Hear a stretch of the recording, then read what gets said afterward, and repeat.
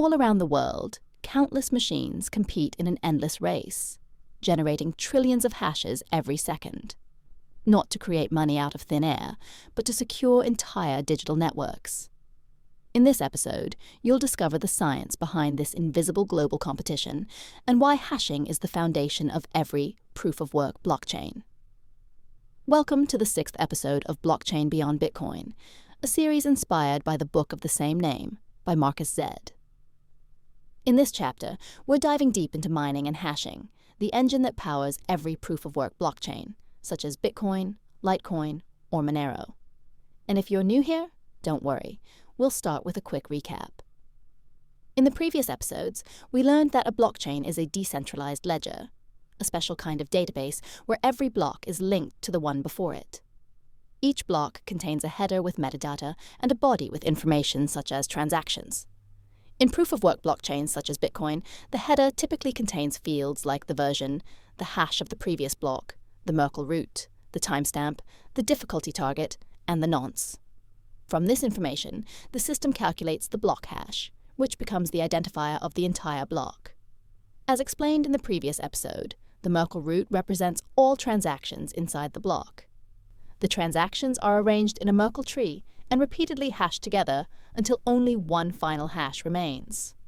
Changing even a single transaction, even one character, produces a different Merkle root. Because the Merkle root is part of the block header, this also changes the block hash, and since the next block stores this hash in its own header, any modification immediately breaks the link between the blocks. This is how the blockchain becomes a chain of cryptographically connected blocks. However, it's important to note that not all blockchains use the same header structure. Proof-of-stake systems and Byzantine fault-tolerant style blockchains also calculate a hash from their headers, but the structure of those headers is different, and their block hash is not used as a security barrier. Their security comes from economic staking or from validator voting, not from computational difficulty. We will take a closer look at proof-of-stake and BFT-based systems in later episodes. Only in proof-of-work blockchains, such as Bitcoin, do miners have to search for a valid hash, and that search is what we call mining. Mining is the process of collecting pending transactions, packing them into a block, and searching for a block hash that meets the network's rule. This rule is simple. The block hash must be lower than a target value, defined by the difficulty. You can think of the target as a threshold. Only hashes below this threshold are accepted. A valid hash often appears as a long hexadecimal number starting with many zeros. That's because leading zeros indicate a very small number. But what really matters is not the number of zeros. The hash simply has to be numerically smaller than the target. A hash itself is the output of a cryptographic hash function. SHA-256 produces a fixed-size, deterministic, irreversible output that changes completely, even if the input changes by 1 bit. In practice, a hash is just a very large number, and mining is the process of searching for a number that is small enough to satisfy the difficulty rule. To find a valid block, miners repeatedly change a value in the block header, called the nonce. Every change creates a new hash. Most of these hashes are too large and therefore invalid, so miners try again and again, billions or even trillions of times per second. This speed is called the hash rate. To keep block generation stable, proof-of-work blockchains regularly adjust the difficulty. In Bitcoin, this happens every 2016 blocks, roughly every 2 weeks. Other networks adjust more or less frequently.